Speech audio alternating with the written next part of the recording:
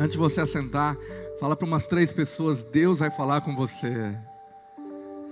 Então, ainda em pé, calma aí, irmãos. Vamos abrir a Bíblia.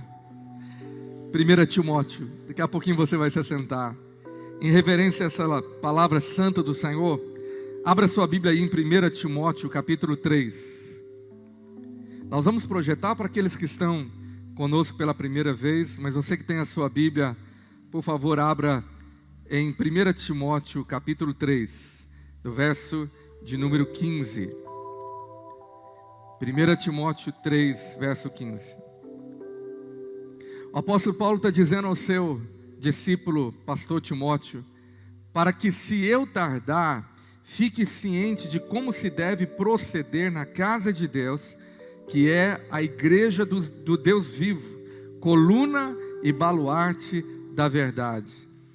Diga assim bem alto comigo, confessa em fé, fala: a casa de Deus é a igreja do Deus vivo, é coluna e baluarte da verdade. Você pode se sentar. O tema igreja virtual surgiu há alguns meses talvez. Irmãos, nós vamos precisar muito da sua paciência.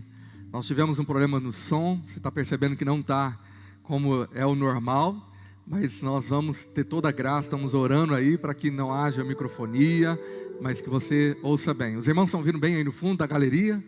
Podem me dar um ok aí, se os da galeria estão me ouvindo aí? Eles nem acenaram, talvez nem está chegando o som lá, tá? Está chegando o som? Queridos, a igreja virtual surgiu através de uma preocupação no meu coração. A preocupação de como será a igreja do hoje, não é a igreja do amanhã. É a igreja que nós estamos vivenciando, uma realidade. E eu comecei a pensar sobre esse tema, e foi me gerando temor, porque misturou com esse temor e oração. E depois dessa semana que nós tivemos de oração, aqui no Seminário 3D, quantos participaram aqui da semana de oração? Aleluia! Quantos foram edificados? Deus abençoou você? Eu quero já contar um testemunho aqui que eu recebi, que eu fiquei tão abençoado hoje, e eu pedi a permissão para contar o testemunho. Eu venho aqui testemunhar que desde domingo, após o culto que o Senhor orou para minha cura e libertação do esgotamento que estava passando, e que deixou o meu metabolismo lento e com problemas do estômago, fazendo o estômago não funcionar, e também não me deixando dormir à noite, venho testemunhar que fui curada, e mais ainda liberta, porque nunca mais vai voltar esse esgotamento. O meu estômago voltou ao normal, minha memória voltou ao normal, o cansaço sumiu, estou dormindo bem, tanto que essa semana acordei 5 da manhã, e fui liberta do esgotamento nesse período de oração. E nesses 15 dias de pregações foram um divisor de águas para minha mudança de hábito. Minha vida mudou. E consegui participar do Seminário 3D, que foi um divisor de águas para a minha vida, para desfrutar milagres e promessas que estão se cumprindo. Posso dizer que não sou a mesma pessoa depois do Seminário 3D. Deus ainda continua falando comigo sobre fé viva. Obrigado por tudo. E creio que virão muitos testemunhos resultando desse Seminário 3D. Aleluia, eu também creio. Você pode aplaudir o Senhor? Que um testemunho maravilhoso de cura. Eu creio que essa semana fomos impactados por princípios chaves. Você que não pôde estar, está no canal do YouTube 5 ministrações desse seminário, e também lá no meu Instagram. E depois dessa semana, nós jejuamos na quarta-feira pela nação, e tivemos 12 horas ininterruptas de intercessão aqui na torre nesse final de semana. Por causa desse mover de oração, eu senti no Senhor que essa mensagem seria para essa ceia, para esse mês de setembro e essa reta final do ano de 2021. Eu quero primeiro começar essa mensagem falando que eu tenho muito temor a Deus, e tenho temor de não querer ser mal interpretado e não usar de amor. Porque o que eu vou falar aqui não tem a ver, querido, tanto com pessoas, mas tem a ver com uma ideia, tem a ver com um sistema mudando. Então, eu te prometo diante de Deus que quando eu preparei essa mensagem, eu não estava pensando em ninguém especificamente. Não veio nenhuma pessoa na minha memória. Eu te falo diante do Senhor, por crer que é uma palavra profética do Espírito para esses dias. Então, não é tanto a ver com a nossa igreja local, mas é a ver com a igreja do Senhor nas nações. Quem está entendendo? Diga amém. Querido, eu quero começar te perguntando de que geração você é. Será que você é da geração como eu, que quando na nossa infância, quando você nasceu, você não tinha internet e nem celular? Pergunta para quem está perto de você, fala se é da geração que conheceu a geração que não tinha internet, não tinha celular. Porque você pergunta isso para adolescentes, eles falam que isso existia. E se seu irmão falar que é da geração que não tinha internet, fala para ele, você não está ficando velho. Fala para ele, você não está. Porque não faz muito tempo assim. Eu me lembro na minha infância de não ter celular. E parece que hoje os nossos filhos não sabem se isso é possível ou não. Como era a igreja sem celular e sem internet? E como é a igreja agora? Agora a pergunta é, como será a igreja da geração da volta de Jesus? Se Jesus não voltar nessa geração, a minha pergunta é, como será a geração dos meus filhos ou netos ou bisnetos da volta de Jesus? Que talvez eu e minha esposa nem estejamos mais aqui. Quando eu comecei a pensar sobre como serão as próximas gerações, o Espírito Santo começou a falar muito forte no meu coração. E eu fui lembrando da palavra. E eu te confesso que eu não me lembro de ter ouvido uma mensagem sobre o que eu vou falar aqui. Então eu creio que o Espírito Santo foi trazendo coisas novas ao meu coração. E a primeira coisa que eu ouvi o Senhor falar nesse tempo de oração é que houve uma profecia que veio não através de um profeta, não através de um apóstolo, não através de um líder da igreja, não através de um grande homem, uma grande mulher de Deus, mas a Bíblia registra que teve uma profecia do Espírito Santo. Você sabe que foram poucas as vezes que a Bíblia se refere que o Espírito Santo, diretamente ele fez algo. E o Espírito Santo profetizou como seria a igreja da volta de Jesus, a igreja chamada dos últimos tempos. E como seria essa igreja? Depois que nós lemos 1 Timóteo 3, que a palavra fala que a casa de Deus é a igreja do Deus vivo, e ela é a coluna e baluarte da verdade, no próximo capítulo, capítulo 4, no verso de número 1, vem a profecia do Espírito Santo. E essa profecia diz assim, ora, o Espírito afirma, que é o Espírito Santo. O que ele está afirmando?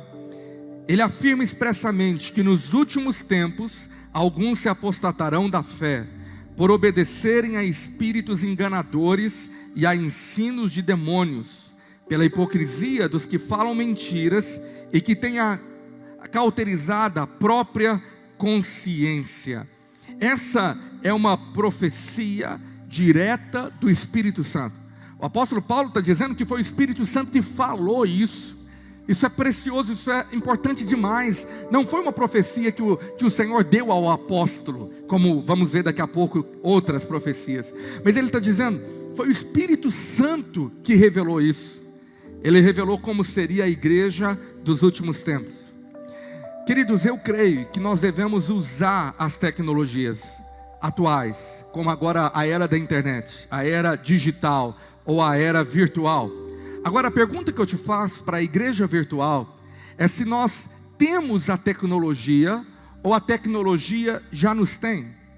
É uma pergunta para você meditar na sua vida pessoal.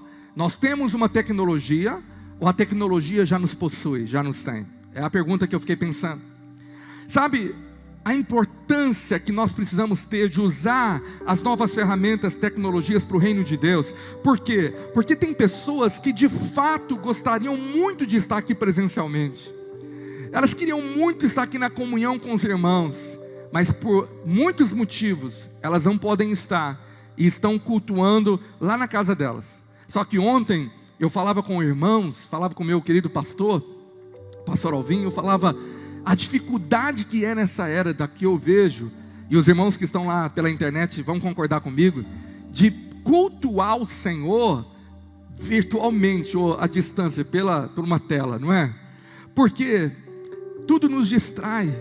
Como é difícil realmente, porque o culto não é para ser assistido, o culto é para ser prestado. Você veio hoje aqui prestar um culto de adoração ao Senhor. Primeiramente, você não veio receber, você veio oferecer a sua vida. É por isso que nós ficamos meia hora aqui cantando ao Senhor, o adorando, o exaltando, porque hoje viemos aqui prestar o nosso culto, a nossa devoção e a nossa adoração ao Senhor. Quantos vieram aqui para adorar?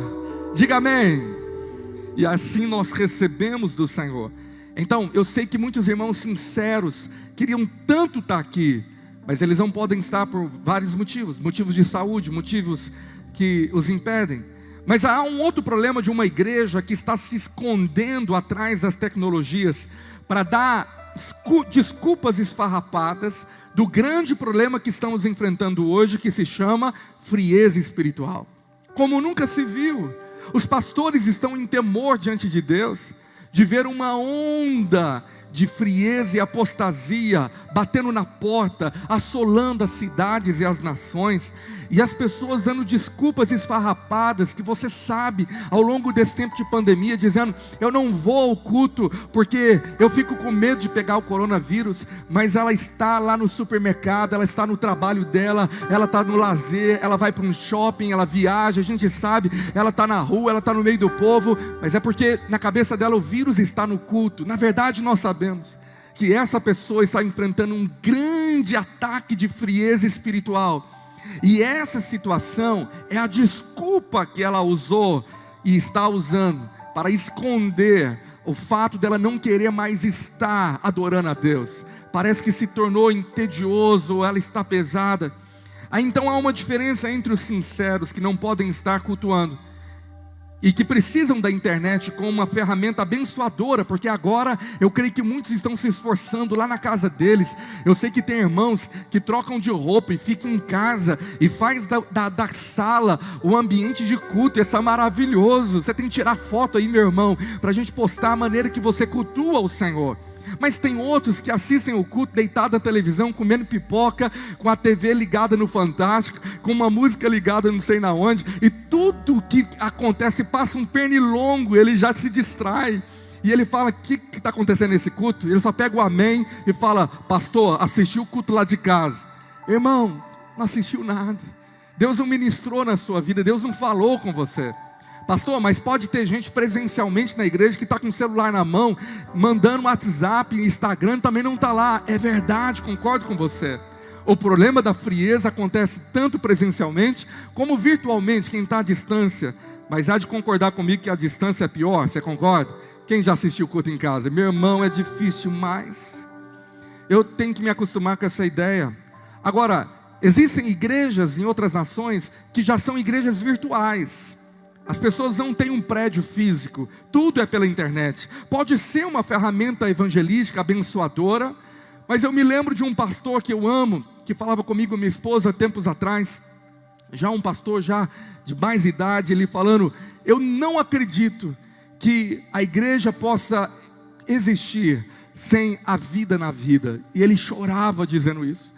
Ele diz: eu não consigo ver uma igreja que não tenha o congregar, que não tenha o amar, que não tenha a vida dos uns aos outros. Eu falava: eu concordo com você, isso é verdade. Como será a igreja que vai assistir cultos virtualmente, só online? Nós temos que estar preocupados com nossos filhos, filhos que não estão sendo ensinados a importância de cultuar o Senhor. É relativo. O pai está ensinando: tem domingo que nós vamos à igreja, mas tem domingo que não precisa. Tem domingo que, se eu tiver afim, nós vamos. Se não tiver, se tiver jogo do Brasil e da Argentina, a gente fica em casa. Mas graças a Deus, Deus foi lá e cancelou o jogo. Aleluia! Estou brincando, irmãos. A gente ia ter uma competição hoje com esse jogo, eu acho, talvez. Mas você veio aqui ouvir a palavra do Senhor. Existem as ferramentas que nós podemos usar, e a internet pode ser uma ferramenta. Eu não sou contra ela, mas a minha preocupação é como será a geração dos nossos filhos. Você ama o seu filho?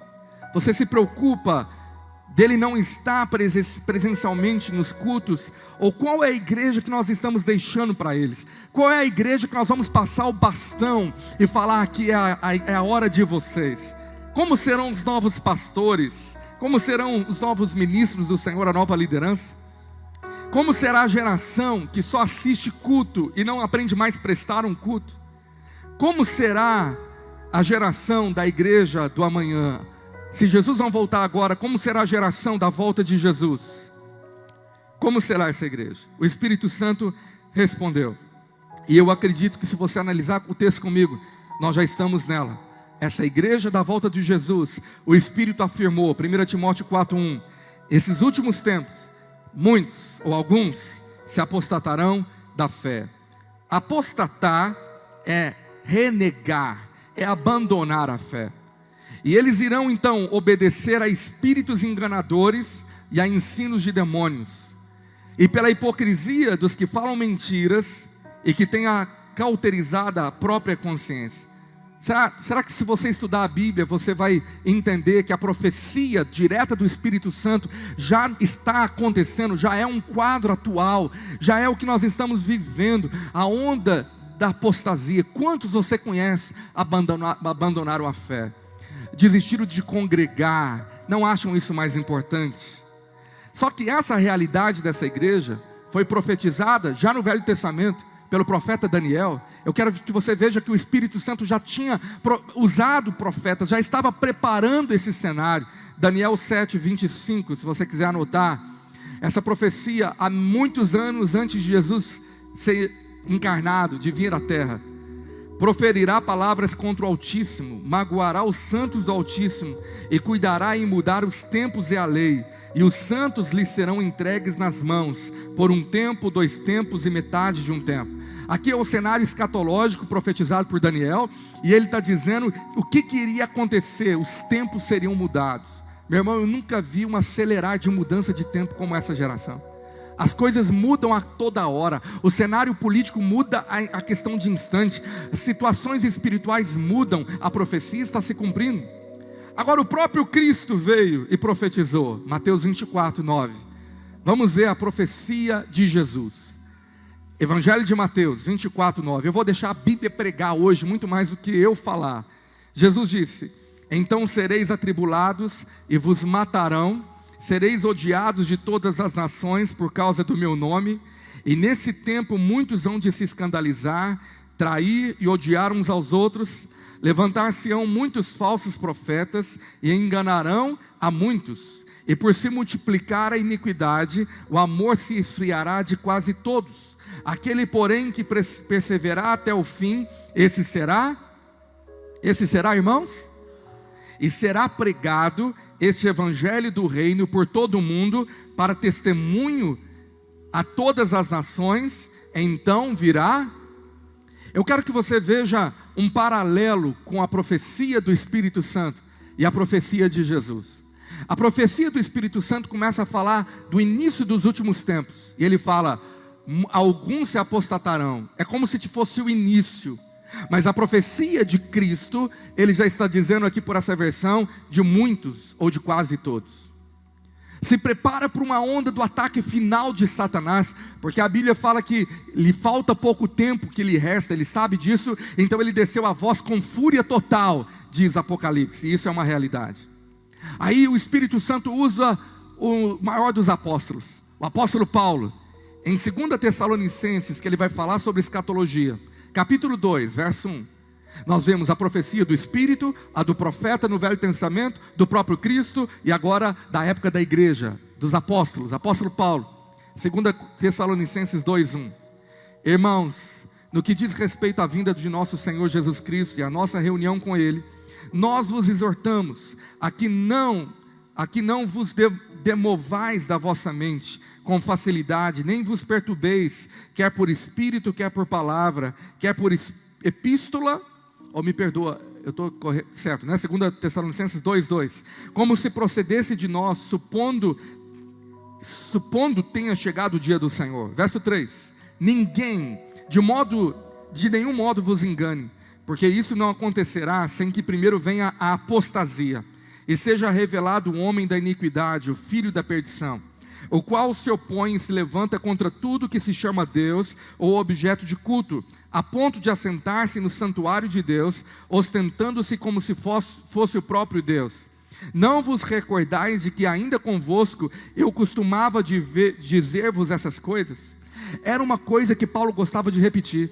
Você não se lembra, igreja, que quando eu estava com vocês, eu ficava lembrando a profecia, que viria o tempo de apostasia, que viria o tempo de frieza espiritual. Quem tinha fervor, não terá mais. Quem orava, não ora mais. Quem se consagrava, não se consagra mais.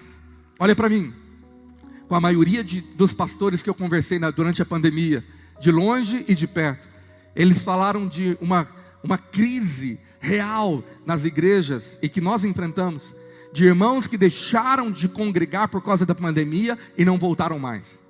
Eles falaram: nós estamos vendo uma mudança de tempos. Irmãos que eram firmes, irmãos das antigas, não estão mais presentes, não estão mais conosco, não estão mais vivendo como igreja.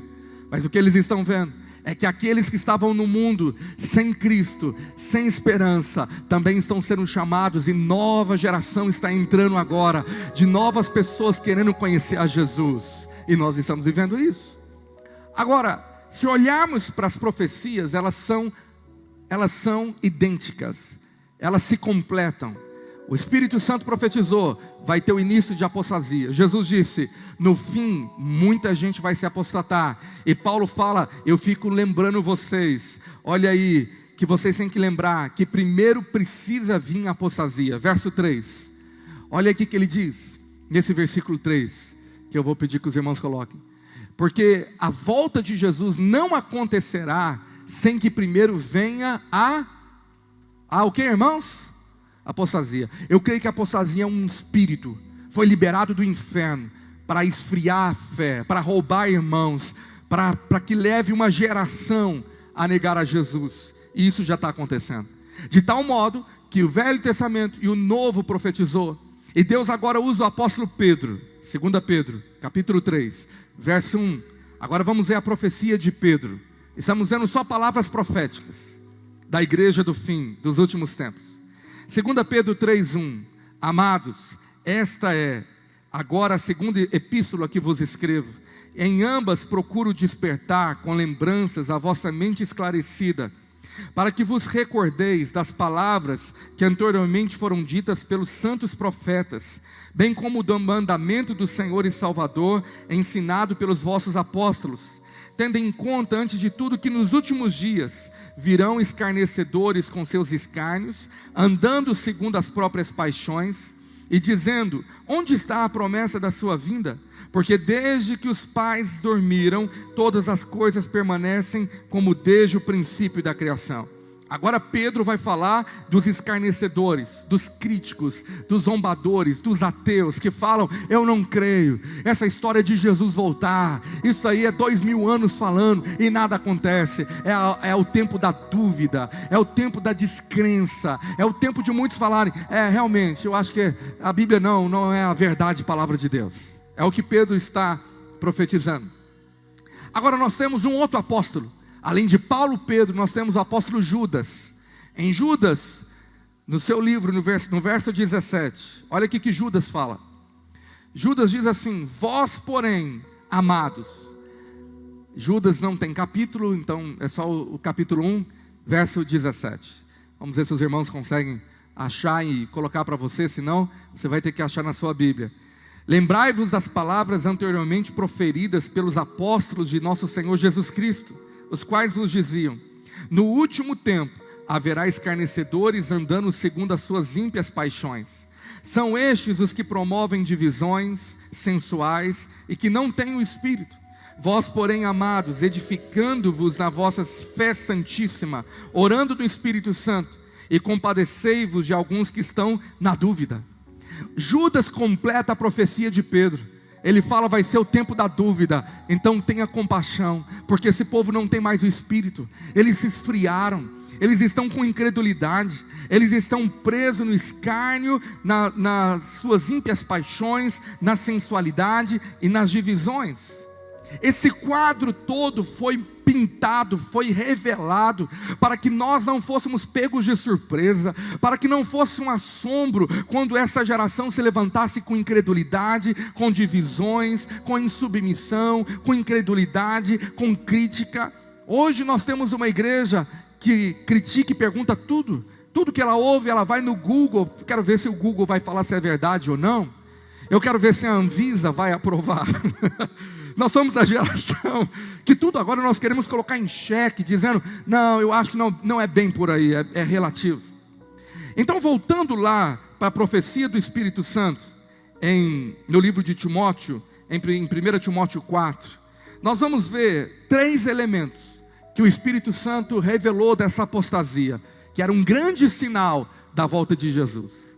E eu acredito que no meio dessa situação toda, um quadro profético vai se cumprir, da revelação, que essa é a geração da volta de Jesus.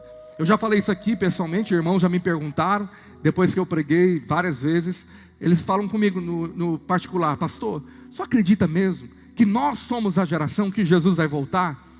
Que da volta de Jesus? Eu falo, querido, eu te falo com toda a convicção do meu coração, que eu acredito que sim.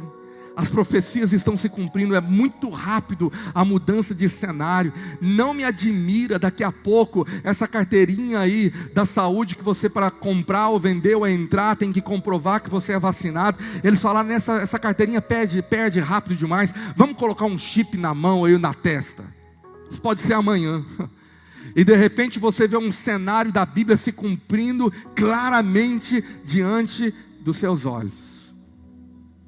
3 elementos da apostasia. Em 1 Timóteo 4, verso 1.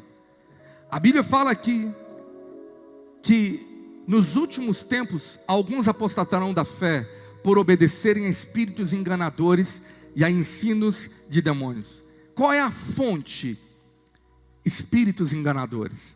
O espírito enganador aqui, é óbvio que é um mover satânico, é um mover do espírito anticristo, de demônios, mas esse espírito também pode ser, não só de demônios, mas de ser humano. Pessoas que o diabo vai usar, que são canais de apostasia. Eles vão obedecer a esses espíritos, podem ser lideranças que começam a influenciar para o quê? Para o segundo elemento da apostasia, o ensino de demônios. Ensino de demônios. Queridos, olha, haverá claramente uma ideologia, uma teologia, uma filosofia, um ensino, uma doutrina de demônios que os apóstatas vão ouvir e vão deixar entrar. E terceiro elemento, os agentes disso. Aqui fala que alguns apostatarão. Para apostatar, é necessário primeiro estar antes dentro da igreja. Então é claro que esse elemento começa de dentro para fora, de dentro da igreja, dentro da comunidade cristã. O diabo começa a tirar alguns que de fato se apostataram, e esses alguns que se apostatam da fé começam a ser os agentes pelo qual o diabo começa a usar. E qual é o resultado de tudo isso? O resultado desses 3 elementos do verso 1 está no verso 2. O resultado é, se isso acontece, virá o tempo de hipocrisia dos que falam mentiras e que têm cauterizada a própria consciência. Mentiras repetidas cauterizam consciências. Eu vou repetir, é uma frase da palavra de Deus. Mentiras repetidas cauterizam a consciência. Não tem nada mais terrível do que uma mídia endemoniada com ensino de demônios, repetindo mentiras na sua casa, na internet, nas redes sociais, nos filmes, nas novelas. Tudo é normal, é um novo cenário, é uma nova maneira de amar, é uma nova constituição de família. Tudo é novo, você tem que mudar a cabeça. Larga de ser antiquado, larga de ser cafona, larga de ser careta. Agora a igreja tem que aceitar. E isso repetido, bombardeado, pode cauterizar mentes. O que é cauterizar? É deixar a mente dura, sem sensibilidade ou indiferente, porque nada mais a convence. Talvez a pior coisa de uma igreja, diante do ataque das mentiras do diabo, não é o fato dela aceitar, mas é o fato dela ficar indiferente, ela não fazer nada, não fala nada. Isso é normal, Jesus falou que o mundo seria assim mesmo. Então ela não percebe que as crianças, que os adolescentes, que as pessoas em volta, e ela mesmo está sendo bombardeada por um ataque de mentiras que tem o alvo de cauterizar a consciência, cauterizar mentes. E o que acontece com uma mente cauterizada? O apóstolo Paulo conta isso, que uma mente cauterizada, ela vai acontecer o que ele disse lá em Efésios 4, verso 17. Veja o resultado de uma geração com mente e consciência cauterizada. Efésios 4, verso 17. Vamos ler muita Bíblia hoje, amém, irmãos? Isto, portanto, vos digo, e no Senhor testifico, que não mais andeis como andam os gentios na vaidade dos seus próprios pensamentos, obscurecidos de entendimento, alheios à vida de Deus por causa da ignorância em que vivem, pela dureza do seu coração, os quais, tendo se tornado insensíveis, se entregaram à dissolução para com avidez cometerem toda sorte de impureza. Mente, consciência cauterizada leva a pessoa a perder a vida de Deus. Eles ficam ignorantes, com o coração duro, eles vão se tornar insensíveis. E o que a Bíblia diz? Eles vão se entregar à dissolução, perversão, pecado. Consciência cauterizada resulta em constância no pecado, constância na iniquidade. A iniquidade é quando o pecado se torna uma instituição. Tudo é normal. Pastor, isso é coisa do passado. Agora esse é o novo tipo de relacionamento. Hoje o novo tipo de postura. Agora tudo pode, porque a graça de Deus cobre tudo. Pessoas que se entregaram a novas práticas que a palavra de Deus condena. Romanos 1, que é o capítulo que fala sobre o capítulo do juízo de Deus sobre quem não teme ao Senhor. No verso 24, olha para a sua Bíblia. Romanos 1, verso 24. A palavra do Senhor diz assim: por isso Deus entregou tais homens à imundícia pela concupiscência de seu próprio coração, para desonrarem o seu corpo entre si, pois eles mudaram a verdade de Deus em mentira. Mudaram a verdade de Deus em mentira, adorando e servindo a criatura em lugar do Criador, o qual é bendito eternamente, amém? E por causa disso, os entregou Deus a paixões infames, porque até as mulheres mudaram o modo natural de suas relações íntimas por outro, contrário à natureza. Semelhantemente, os homens também, deixando o contato natural da mulher, se inflamaram mutuamente em sua sensualidade, cometendo torpeza, homens com homens, e recebendo em si mesmos a merecida punição do seu erro. E por haverem desprezado o conhecimento de Deus, o próprio Deus os entregou a uma disposição mental reprovável para praticarem coisas inconvenientes. O próprio Deus entrega uma geração com a mente e consciência cauterizada, numa mente reprovável, totalmente longe do Senhor, para cometerem e praticarem essas coisas horrendas e horríveis diante da santidade de Deus. Então, eu quero pegar aqui na ponta do iceberg o fato do espírito de moralidade, do espírito que vem com a ideologia de gênero, atacando, bombardeando nossa família, nossa igreja, nossa geração, e repetindo mentiras, e tentando educar os filhos nas escolas, e falando, isso tem que ser aceitável. Eles querem empurrar de goela abaixo, como diz a expressão, e uma igreja que fica indiferente, ela pode passar pela geração de mentes ou consciência cauterizadas, e gente fria na fé, gente que fala, isso é assim mesmo, e o resultado é apostasia, desprezar a palavra de Deus. Então, quais são os alvos principais de ataque de Satanás? Vamos voltar lá para o texto da profecia do Espírito. 1 Timóteo 4 é a profecia do Espírito Santo. Depois dos 3 elementos, depois do que resulta os 3 elementos, agora qual é o alvo principal? 1 Timóteo 4, verso 3. Que proíbem o casamento e exigem abstinência de alimentos que Deus criou para serem recebidos com ações de graças pelos fiéis e por quantos conhecem plenamente a verdade.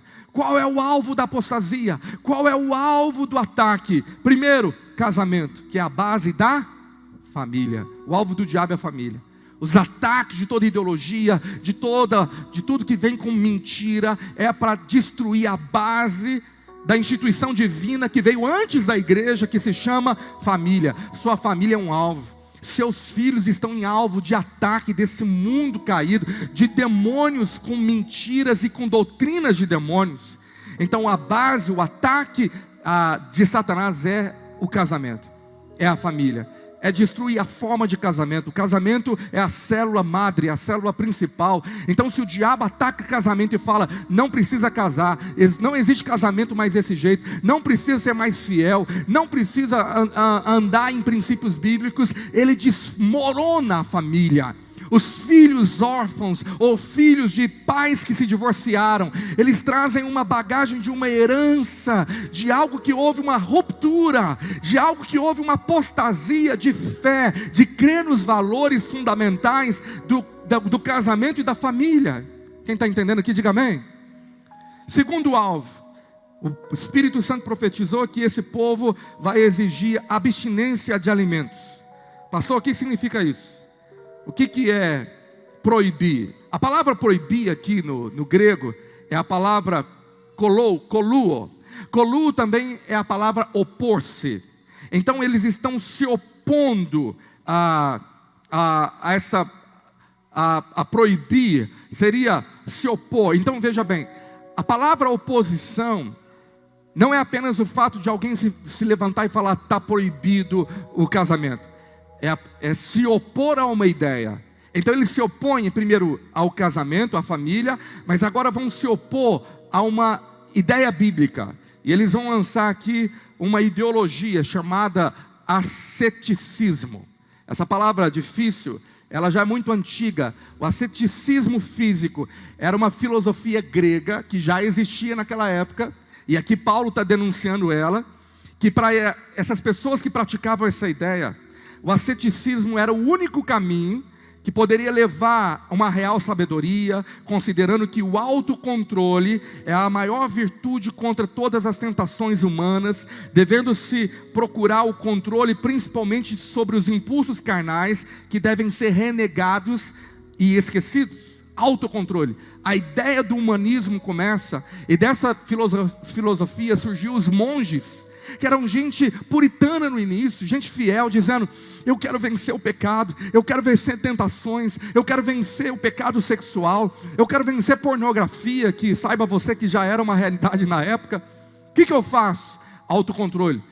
Deixa de se alimentar e tenha controle do corpo, da alma e da mente. Essa filosofia perdura até hoje. Da autoajuda, do autocontrole, o homem no centro. Você pode, você consegue, você é dono de si, você muda seu destino, você é o seu Deus, você tem a força, tudo está dentro de você. Hoje é a onda do momento que invade a nossa cabeça concorrendo com o Evangelho. É que se eu tivesse uma força interna, eu consigo controlar os meus impulsos, eu vou deixar de pecar, eu vou deixar de me alimentar, vou abster de alimentos, mas eu vou me abster de muita coisa, e eu vou provar para Deus que eu sou o cara, que eu posso. Isso se chama 666, o número do anticristo. É o número do homem falando, não preciso de Deus nem para mim, nem para o meu autocontrole. Eu sou o cara que, se eu fizer um controle mental e espiritual, eu vou ficar zen, eu vou ficar equilibrado. O que eu preciso é descobrir técnicas, descobrir meios. E ele vai dizer, eu não preciso de Deus. 666, o número 6 é o número do homem, 3 é o número da trindade. Então, o 6, 3 vezes, é o ápice do humanismo, quando o homem vai levantar uma bandeira dizendo, nós somos o nosso próprio Deus, não precisamos de Deus, nós já temos tudo o que precisamos. Pode ter certeza que esse espírito do anticristo, ele já está agindo de uma maneira que você nunca imaginou. Se naquela época o Espírito Santo está denunciando essa filosofia, essa ideia de gente que proibia se alimentar para ter autocontrole, muito mais hoje. Hoje os púlpitos estão cheios de técnicas de coaching, de autoajuda, de coisas que você leu, que você pode fazer, de meditação transcendental, de tanta coisa, menos o Evangelho, que fala da cruz, que somente na cruz o sangue pode libertar e salvar. Tem alguém aqui comigo nessa noite? Você é crente de verdade? Não fica bravo comigo não sou nada contra coaching. Eu acho que são ajudas e ferramentas que podem ser usadas como também a internet. O problema é quando substitui a verdade do Evangelho, ou compete com o Evangelho. Quem está entendendo aqui? Então essa nova ideia vem para uma igreja virtual, a igreja da frieza e da apostasia. Quais são as características da igreja virtual? Distanciamento, número 1. Número 2, falta de vínculos. Não preciso de você, meu irmão. É eu e Deus e mais ninguém. Eu e minha internet, minha tela do celular, minha canção de adoração e o meu pastor virtual. Nós colocamos uma ferramenta no auge da pandemia que outras igrejas colocaram, que era aconselhamento online. Nós não fizemos bem da maneira que eu achava, né? Porque os irmãos preferem estar aqui na sala, nessa sala da porta preta aqui, GP, Gabinete Pastoral, para estar cara a cara e receber oração. Eu creio que isso também é fundamental. Mas nós achamos que a ferramenta da internet poderia ajudar pessoas. Nesse mês de setembro, na campanha do Setembro Amarelo, colocamos os telefones da igreja à disposição de pessoas que podem ligar ou pelo WhatsApp, pedir socorro, pedir ajuda. São ferramentas de Deus. Posso ouvir um amém? Mas o problema é que quando as ferramentas substituem princípios inegociáveis da palavra. Quem está entendendo? E vínculos de irmãos, de vida na vida, de vida de igreja, de família, de membro um do outro, é bíblico e é insubstituível. O que mais que tem nessa igreja virtual? A vida individualizada com Deus, separada do corpo. É só no vertical, perdeu o horizontal. É um distanciamento, fica na sua, eu nem te conheço mais, não preciso de você, não preciso de célula, de grupo vida, é eu e Deus, e máximo é minha família. E você vai ver o resultado dessa teoria na vida da igreja, que nos afasta do um do outro, da vida do corpo de Cristo. Outra característica, vida religiosa. Vou no domingo, dou minha oferta, assisto o culto, mas agora eu estou centrado nos meus sonhos, nos meus alvos, nos meus planos. A falta do compartilhar, do doar, de servir, a vida egoísta centrada em si mesmo, a falta da realidade de uma igreja que toca, que ama, que sente gente que só serve a si mesmo e não ao reino de Deus, é o seu próprio reino, meus próprios sonhos, e Deus vai me abençoar o meu reino. Esse tipo de gente não se associa com a igreja, não se associa com coisas relevantes que a igreja faz, não se associa com ministérios. Esse tipo de gente faz obra isolada. Vou servir a Deus e Deus sabe que eu vou fazer do meu jeito, do jeito que eu quero. E eles acham que eles sendo igreja separada, Deus está aceitando e agradando, está se agradando disso. Gente que só sabe criticar e não edifica. Eles não fazem, critica quem está fazendo e eles não edificam nada. Eles não se associam a nada relevante no que se refere ao reino de Deus. Eles acham que aquilo que eles fazem, no pouco que fazem no seu próprio reino, já abençoa pessoas, e não precisa se envolver com ministérios bíblicos de igreja, os ministérios de dentro da igreja, que são chamados ministérios de edificar um ao outro. Então nós temos uma gente que está vivendo uma vida espiritual virtual. A palavra virtual no dicionário da língua portuguesa é aquilo que não é real. A nova realidade da igreja virtual é que não tem realidade de evangelho, da vida de uns aos outros. Sabe, eu não tenho mais contato com gente real, para abençoar, para saber como o irmão está, para sentir ele, para ter vida na vida. Hebreus 10, 25 disse algo para a geração da pandemia, para a geração da internet. O que está escrito lá? Não deixemos, Hebreus 10, 25. Não deixemos de congregar-nos, como é costume de alguns, antes façamos admoestações, e tanto mais quanto vedes que o dia se aproxima. Não deixemos de congregar como igreja, como é o costume de alguns. Já naquela época do autor de Hebreus, já tinha esse costume de alguns, de deixar de congregar. Olha aqui, que coisa. Quanto mais quando vedes que o dia se aproxima. Quem crê que o dia do Senhor se aproxima? O dia com letra maiúscula, Jesus está voltando. Então, quanto mais eu creio que o dia se aproxima, mais eu preciso congregar, me fortalecer. Aqui a sua fé está sendo fortalecida, está sendo aumentada, porque a fé vem pelo ouvir a mensagem do Evangelho, a fé vem pelo ouvir a pregação e a pregação da mensagem de Cristo. Deus está fazendo algo na sua vida espiritual aqui nessa noite. Ele te está preparando porque Ele está voltando. Você que está na sua casa, Deus está fazendo algo com você agora. Você pode dizer amém? O que também acontece na igreja virtual? Eles não estão mais ligados ao corpo. Paulo diz em 1 Coríntios 12, 25: para que não haja divisão no corpo, pelo contrário, cooperem os membros com igual cuidado em favor uns dos outros. Diga comigo: eu preciso cooperar com a vida do meu irmão, em favor dele. Verso 26: de maneira que se um membro sofre, todos sofrem com ele, e se um deles é honrado, com ele todos se regozijam. Ora, vós sois corpo de Cristo, e individualmente membros desse corpo. Aponta a sua mão em direção de algum irmão e fala: somos membros um do outro. Fala: somos ligados em Cristo. E o diabo está tentando nos distanciar, nos desvincular e nos separar. O que mais é uma realidade da igreja virtual? É eu e Deus e mais ninguém. Isso é o veneno de Lúcifer. Lúcifer não queria ser submisso a Deus. Então o veneno de Lúcifer fala: eu não preciso de ninguém, de prestar conta para ninguém, nem para pastor. O meu pastor agora é o pastor da internet, que nem sabe o seu nome e nem sabe que você existe. E é esse tipo de gente, de compromisso que muita gente quer. É entrar na igreja, ser um no meio da multidão, não ter compromisso com a igreja de Cristo, muito menos com o Cristo da igreja, e nem com o Evangelho, e falar: é eu e Deus, e mais ninguém. O veneno de Lúcifer está em Isaías 14, 14. Subirei acima das mais altas nuvens, e serei semelhante ao Altíssimo. O diabo disse: eu vou colocar o meu trono do lado do trono de Deus, serei igual. Sabe, hierarquia espiritual na igreja virtual está acabando.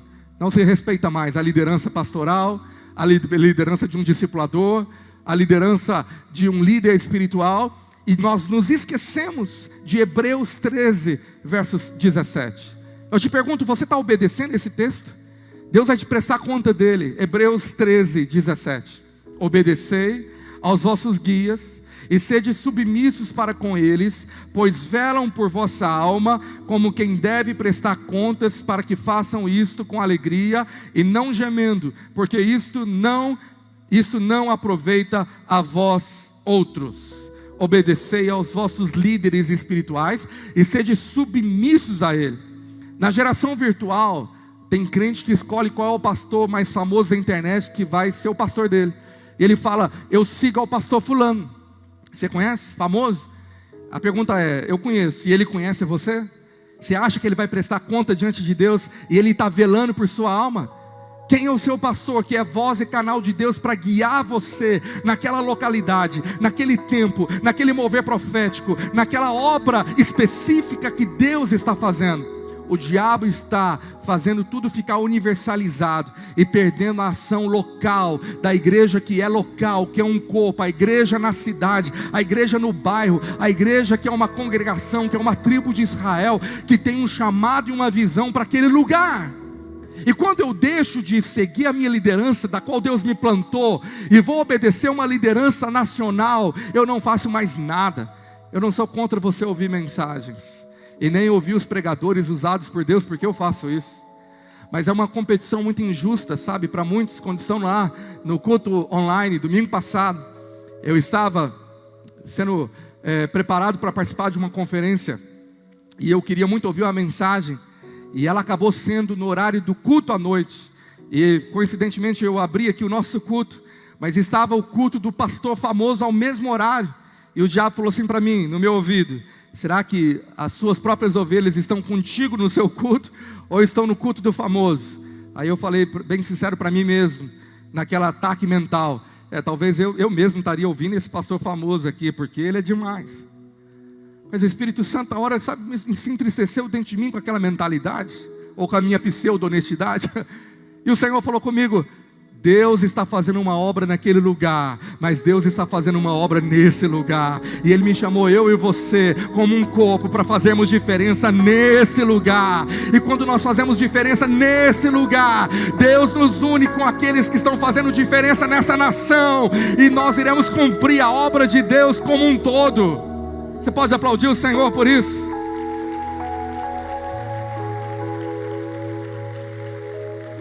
Então a minha pergunta é: quem é o seu líder espiritual que você presta conta?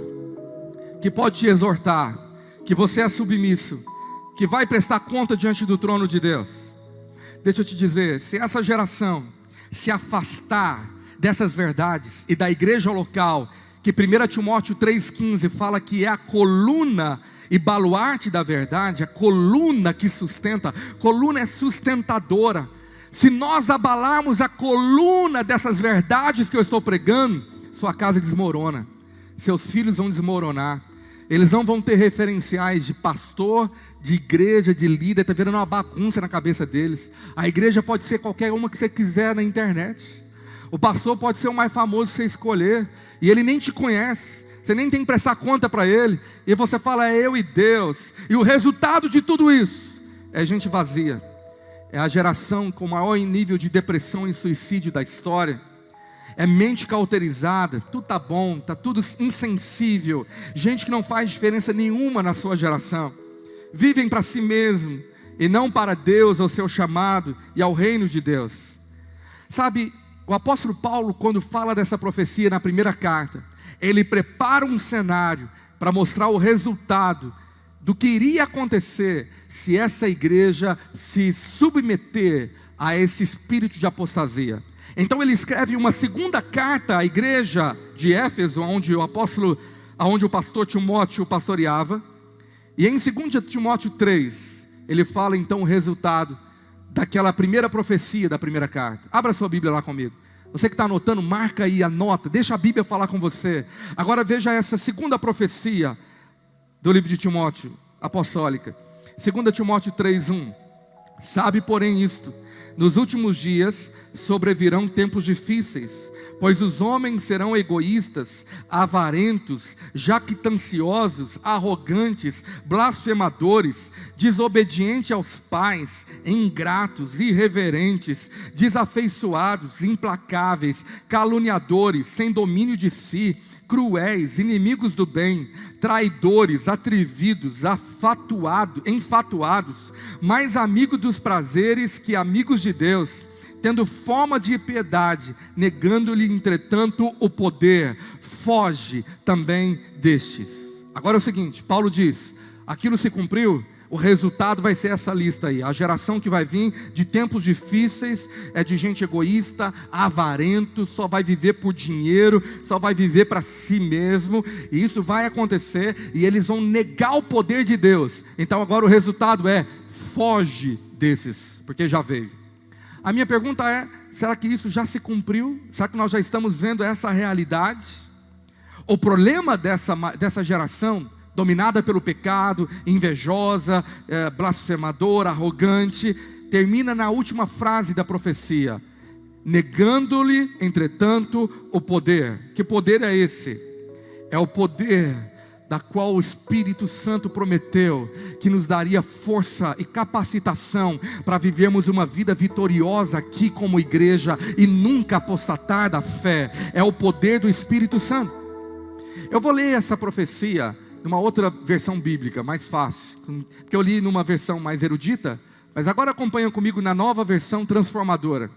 Essa mesma profecia: saiba que nos últimos dias haverá tempos muito difíceis, porque as pessoas só amarão a si mesmas e ao dinheiro, serão arrogantes e orgulhosas, zombarão de Deus, desobedecerão a seus pais e serão ingratas e profanas, não terão afeição, nem perdoarão, caluniarão outros e não terão autocontrole, serão cruéis e odiarão o que é bom, trairão os amigos e serão imprudentes, e cheias de si, e amarão os prazeres em vez de amar a Deus. Serão religiosas apenas na aparência, mas rejeitarão o poder capaz de lhes dar a verdadeira devoção. Fique longe de gente assim. Nova Versão Transformadora. Gostou? Adquira ela, leia na internet por ela, é mais fácil de compreender. Agora a profecia fala que esse povo não tem mais autocontrole. Lembra que o Espírito Santo profetizou do asceticismo, que eles queriam ter domínio próprio? Mas é uma cilada. Quando o diabo fala, você tem força interior, você tem autocontrole, você pode, você vence, você é o cara. No final esse povo se entrega sem autocontrole, completamente na ação de Satanás. Eu quero encerrar essa mensagem perguntando, qual é a solução para nós não sermos essa igreja virtual? Para não sermos parte da igreja apóstata, a igreja que vai negando fé. O segredo é vivermos uma vida sem negar o poder do Espírito. É a vida de Deus em nós, é o poder do Espírito Santo fluindo. Nós não podemos viver sem Atos 1:8, você tem que saber de cor. O que diz lá em Atos 1:8, a promessa para a igreja? Mas recebereis poder ao descer sobre vós o Espírito Santo, e sereis minhas fiéis testemunhas. Você vai receber todo dia poder, é a palavra dínamos no grego, poder explosivo que vence o pecado, que vence o mundo, que vence Satanás. E esse poder fará com que você seja testemunha de Jesus aonde você for. Você nunca vai negar a Jesus, porque você está cheio do Espírito Santo. O que nós mais precisamos falar agora é sobre a necessidade dessa geração ser batizada no Espírito Santo. Jesus falou, Lucas 3,16, disse João, na verdade, a todos: eu na verdade vos batizo com água, mas vem o que é mais poderoso do que eu, do qual não sou digno de desatar-lhe as correias das sandálias, e ele vos batizará com o Espírito Santo e com fogo. O Senhor prometeu batismo no Espírito Santo. O batismo no Espírito Santo é o selo de uma vida que transborda a presença de Deus, é o selo de uma vida separada em santidade, da qual o poder de Deus controla você, enche você. Você entende isso, amém? Eu quero te declarar que esse mês de setembro nós vamos orar por batismo no Espírito Santo. Nós vamos começar uma campanha nessa quinta-feira em busca do fogo do batismo do Espírito Santo. E o que nós vamos orar é sobre o texto de Efésios 5:18. Fica de pé para você ler esse texto comigo. Pega a sua Bíblia, Efésios 5:18. E não vos embriagueis com vinho, no qual há dissolução, mas enchei-vos do Espírito. No original diz, deixai-vos encher, porque o Espírito Santo quer te encher nessa noite. Hoje você vai sair desse culto de ceia cheio do Espírito Santo, cheio, até transbordar, como nós cantamos aqui no mover de adoração. Quem diz amém para isso? Como que eu me deixo encher? Verso 19, falando entre vós é na congregação, no culto, com salmos, entoando e louvando de coração ao Senhor com hinos e cânticos espirituais, igual nós fizemos aqui no início, dando sempre graças por tudo a nosso Deus e Pai, em nome de nosso Senhor Jesus Cristo. Agora olha o verso 21, e sujeitando-vos uns aos outros no temor de Cristo. Diga comigo, a minha vida é cheia no vertical, mas é cheia no horizontal. É aquela cruz, você depende do Espírito Santo, mas o Espírito Santo te enche e nos faz sujeitos uns aos outros. Eu quero declarar que nós somos a igreja real, é gente na vida da gente, é vida na vida, é você poder ser canal de Deus na vida do seu irmão. Você pode dizer amém? Na Nova Bíblia Viva, esse verso 21 foi traduzido assim: honrem a Cristo pela submissão uns aos outros. É tempo de nós buscarmos o poder do Espírito e nos submetermos à liderança do Espírito Santo.